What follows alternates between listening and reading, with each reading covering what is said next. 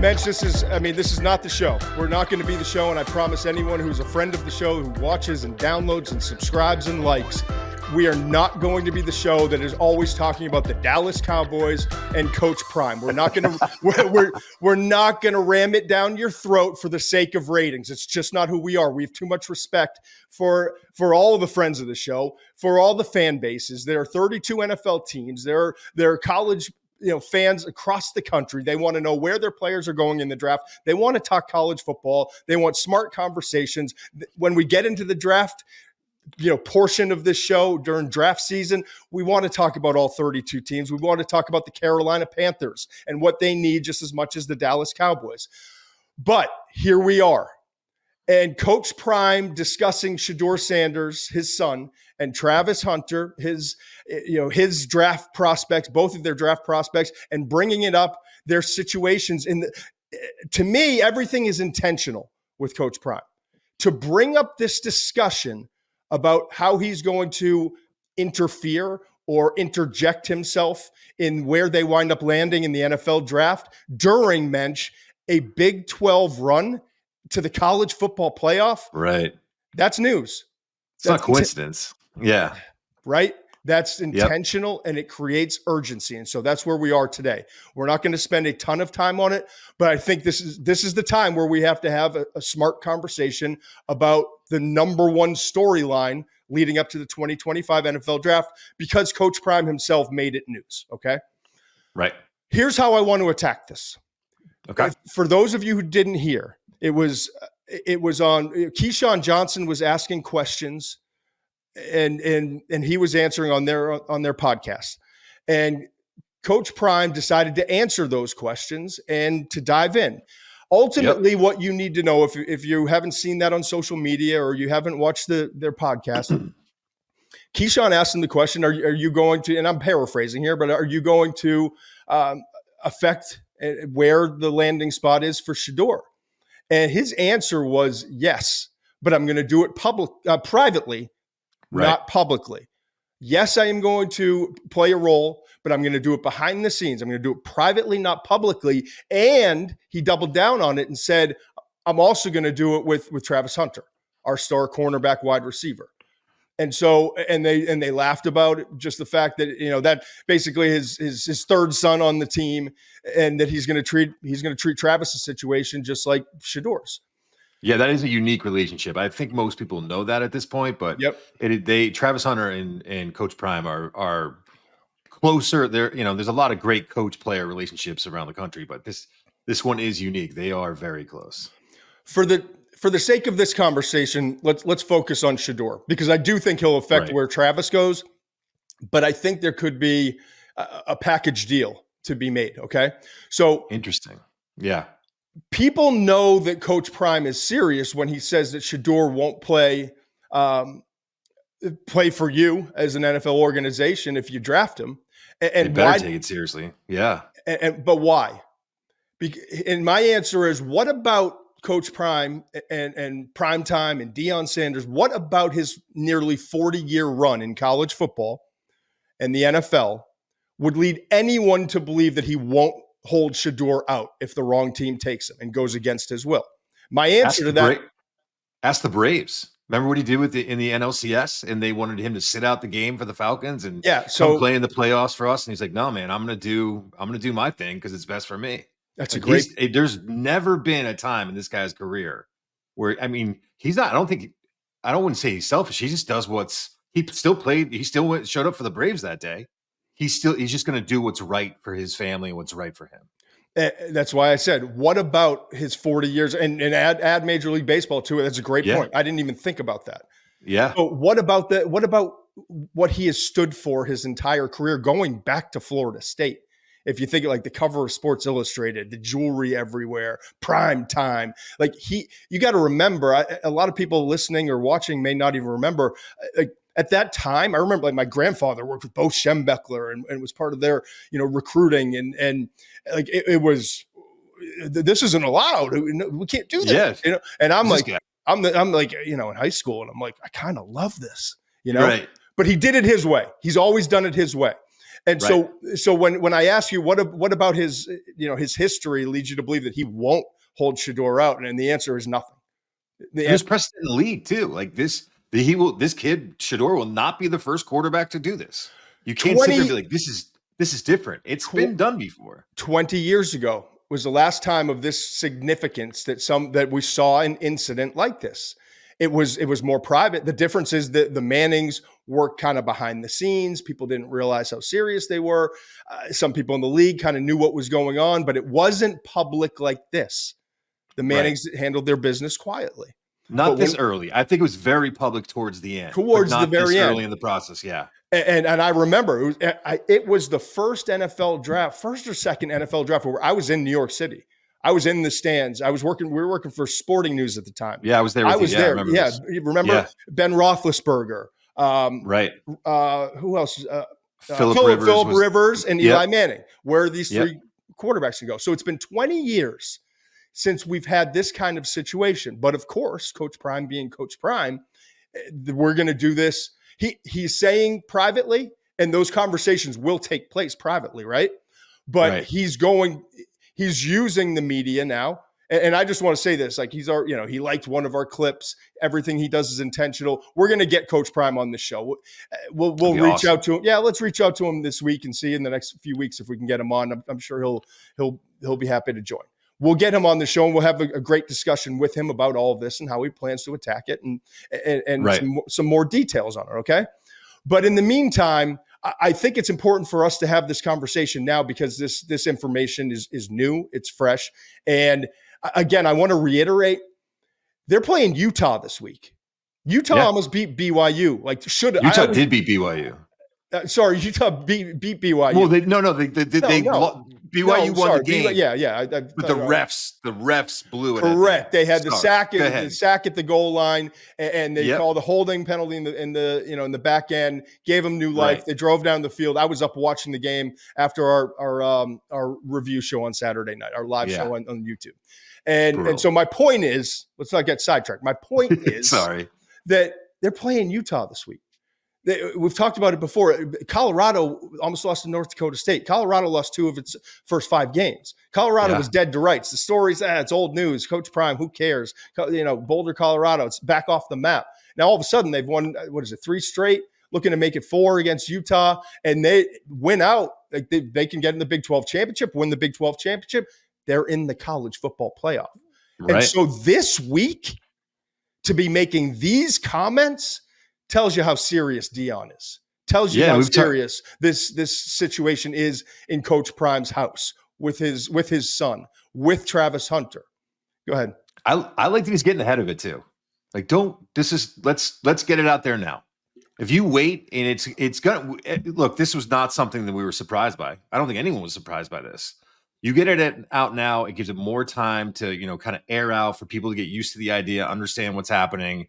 It's not a big deal later on. I understand the stakes haven't been higher for the Colorado football program in years. But I think this is a guy that, he should be in crisis management if he's not in a coach for football. He knows how to handle all of these different things. Right. I just don't see this being a problem for his team. So I get it. Like it's crazy. It's not crazy.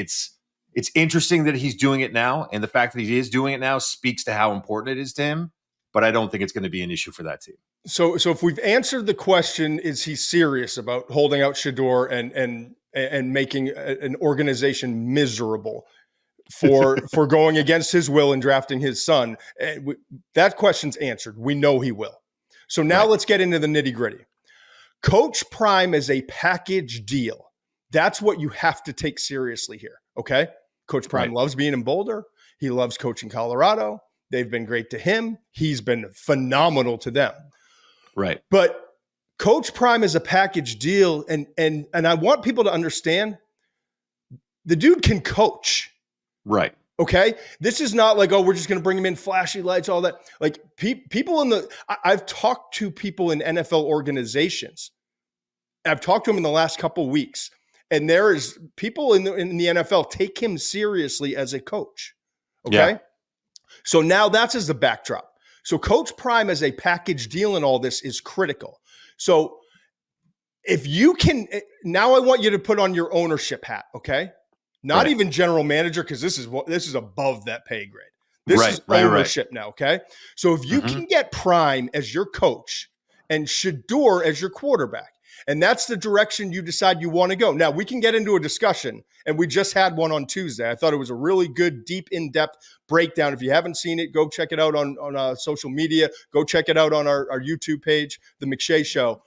But we got into Shedeur Sanders. He is not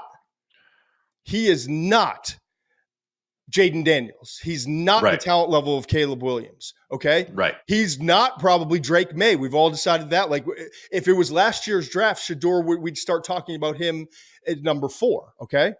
Right. But he is in, I would say, majority. And I don't even know. Let me say this. It's important for people to understand. Decision makers and evaluators I talk to in the league are not nearly as high on this quarterback class. Talking Shedeur, talking Cam Ward from Miami, talking Jalen Milroe, Garrett Nussmeier we've mentioned. We think he should go back to school. Talking Carson Beck, Quinn Ewers. They are not as high on this quarterback class as the media seems to be. But I also want to tell you that doesn't necessarily mean that one of, and most likely Shedeur is not going to be a top 5 pick.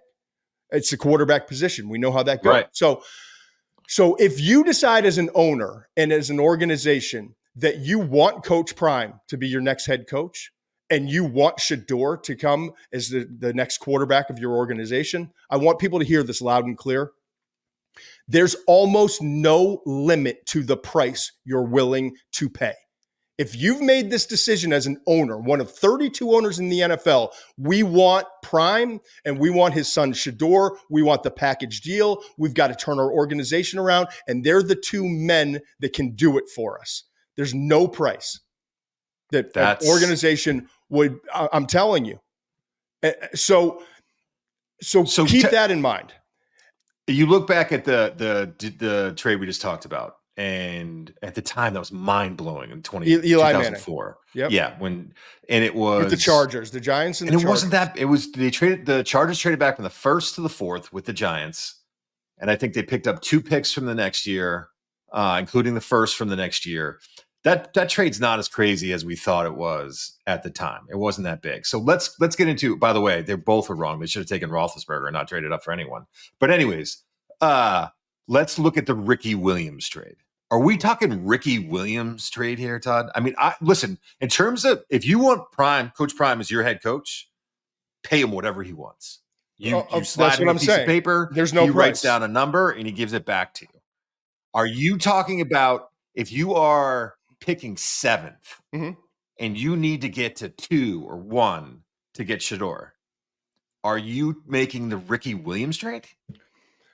I'm saying there's almost no limit to the price you're willing to pay. If you believe it, I'm not saying you should believe that they're going to be the answer, but I also want you to keep this in consideration when you start talking about Ricky Williams trade, when you start talking about Eli Manning trade, when you start talking about what could this cost and would it be worth it. I want you to keep this in consideration because this is important. Owners in the NFL are business people too. Okay. Right. Even without the wins and the losses, even when your scouting department comes to you and say, listen, I get it. Shedeur's a good player. He's got a chance to be a good pro. We made the NFL comps. Maybe he's Tua from the right side. Maybe he's Geno Smith. You tried to go a little bit higher, with Joe Burrow. I thought that was a reach, quite honestly. I think it's a little bit of a reach too. But I think if he exceeds expectations, that's the absolute ceiling. I think we're looking more like a Geno Smith. I think we're looking at more like a Tua and what they are in the NFL. But even without the wins and losses and your scouting department advising you, I can't make this more clear. Owners make the decision in this kind of situation, and owners own the NFL franchise because they're typically great business people. Okay. And I want you to look, I want you to keep this in consideration. Look at the economy in Boulder, Colorado. Look at the increased budget at University of Colorado since the Sanders made Boulder its home less than 2 years ago. Study that for me. Just do some Google searches on the increased I hear you. athletic budget, on on the desire and passion for young people in high school that want to go to Colorado. That place has been reinvigorated, okay? The local budget, the commercials, the attention, the media. So you take that in Boulder, a small little party, hippie town, fun town, great place to go to college. Yeah. You can ski. You take that in Boulder and you bring that to New York City. You bring that to Las Vegas. You bring that to New Orleans. You bring that to Dallas. Do you understand? So while it always should be about the football at the end of the day and the wins and losses and pursuing a Lombardi trophy, it's not always, okay? I hear you. I think it's a great point. I just think I want to know I want to talk to Coach Prime because I don't want to put words in his mouth. I don't want to assume. What is his, I don't want to know the team name. I want to know what the top 3 things he's looking for in an organization for his son to go play there and for him to potentially coach there, which he may not want to get into at this point, which is understandable. But what are the top 3 things he's looking for? Well, he in that interview, he didn't get through top 3, and that's why we'll get him on the show. We'll get him on the show at some point. But he did stability, I believe, and I'd have to go back and watch it, and people can get it, online and go check out the interview. But he mentioned stability, like organizational stability, and basically the right people in the organization. It wasn't. I think he made something. It wasn't necessarily about climate. It wasn't necessarily about where to play. Right. But like going to an organization with stability, and that that's a perfect transition. Let's take a look right now at the draft and what the draft order is right now. Okay, and I want you to take a look at this simply because I think it's important. Like, where are the landing spots? Okay. Right. And I look at this draft order, right? And I'm looking at the Giants at number 2. I'm looking at the Raiders at number 5. And it's important to mention this with the Las Vegas Raiders. Tom Brady is there. Okay. Part owner. Yeah. Just became part owner of that organization. 2 other things I want you to keep in mind. Okay. Yep. Where did Shedeur spend time this past offseason? Training with Tom Brady. Right.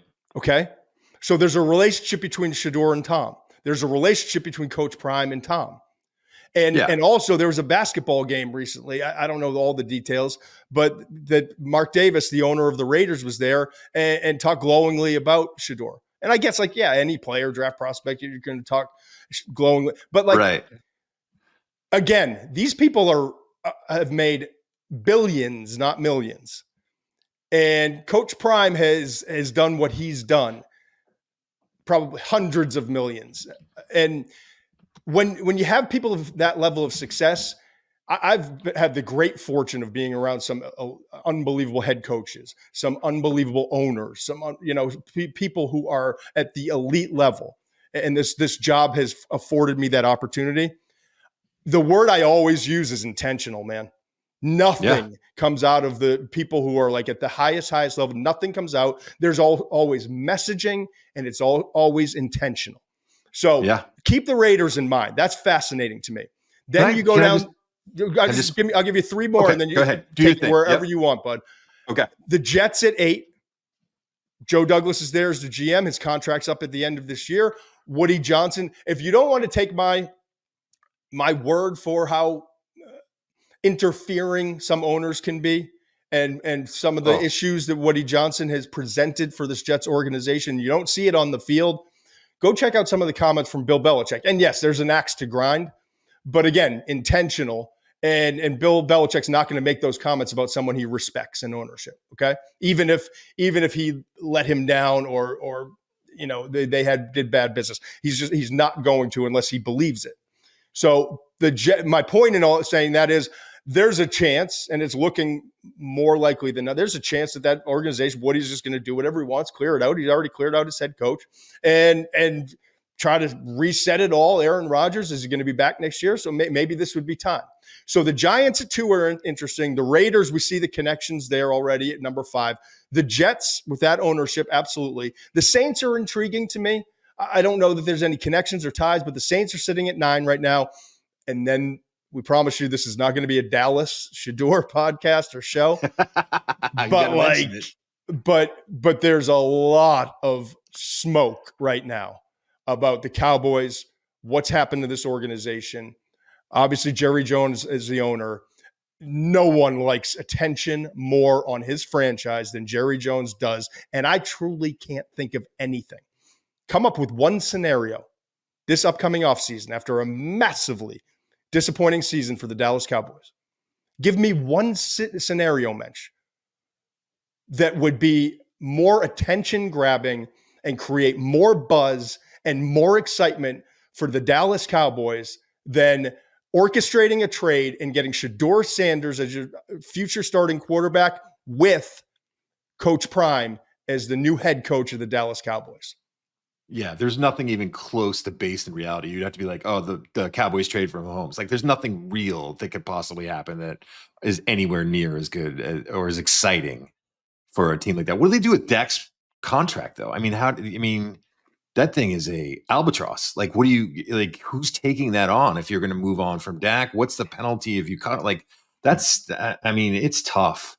And then the other thing is, look, and this is what I was going to say about the Raiders. I love that. I mean, I think that's great. He goes with Brady. I think, the Raiders, it would be just so great, right?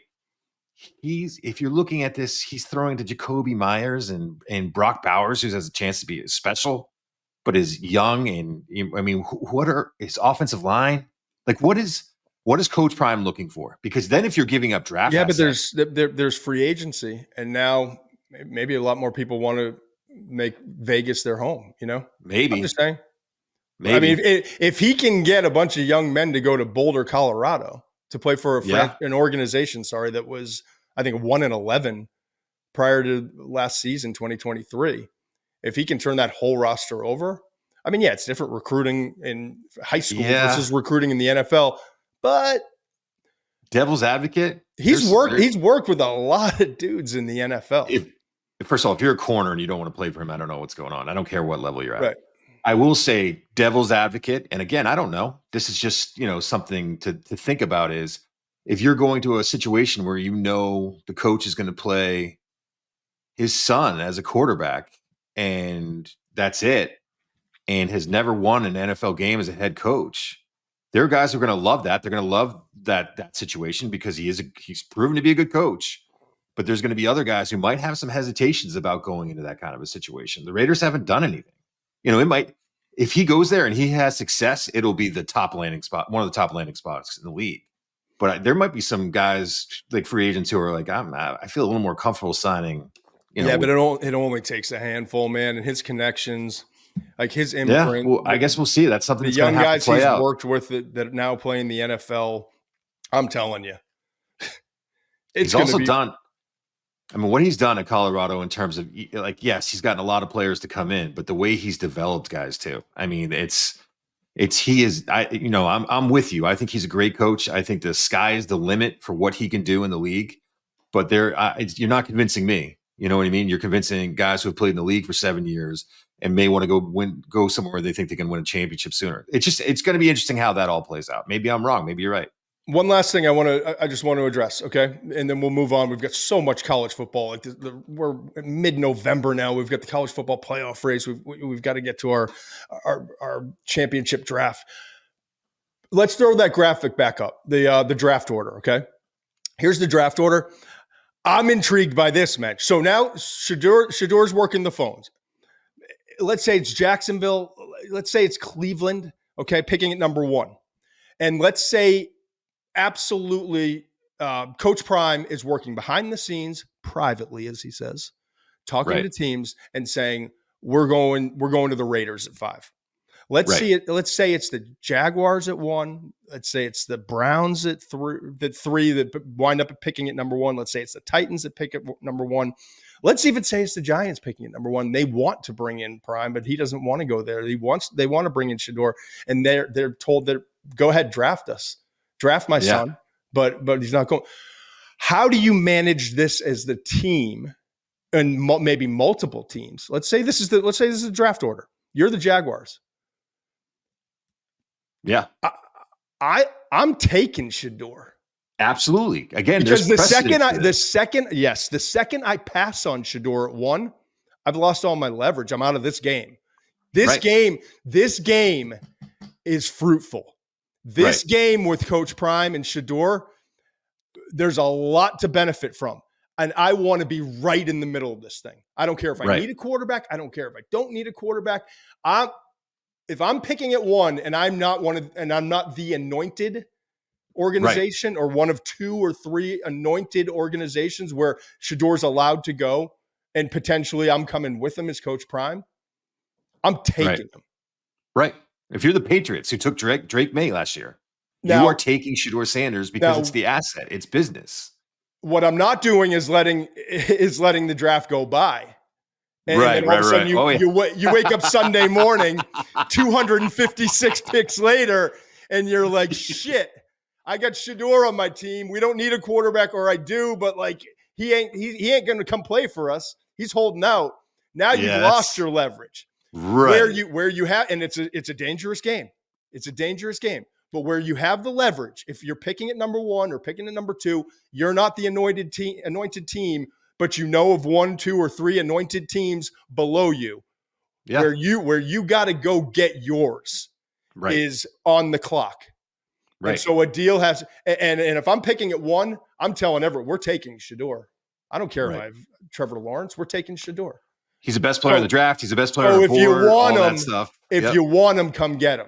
This is going to be fun, man. It is. It is. And you're right, though. You have to, again, it's not like the Chargers waited until the next Wednesday to trade, to make the Manning for Rivers trade. I mean, it was done that night very quickly. And this is why I love having this conversation too, because we're fortunate at what we do. Like, we're acutely aware of what this draft is. And there's not a lot of podcast shows, TV outlets. Like, not a lot of people know in detail what this draft is and can break it down. What I'm promising you right now, and talking to the league and just studying tape with my own eyes, and I know, Muench, you agree, this is not a great or elite draft at the top. We've got some really good players. It's a damn good running back class. It's a damn good edge class. There's a lot of depth in like the 2nd, 3rd, 4th round this year. Teams are going to want to move back. Okay, but my point to all of this is, if you are a Jacksonville or you are a Tennessee and you wind up with that first pick, if you are the Cleveland Browns and you're not anointed, you wind up with that first pick, you take them. And if you got to wait and trade to 11 with the Dallas Cowboys, or you got to wait and trade to 5, you're not missing out on like a generational left tackle. You're not missing out on a generational edge rusher. There's a lot of good edge rushers. So what I'm getting at 5 or what I'm getting at 11, it's almost as good as what I'm getting at 1. So that adds to it. Yeah, I couldn't agree more. I mean, you don't have to get a ton in return, but get something, man.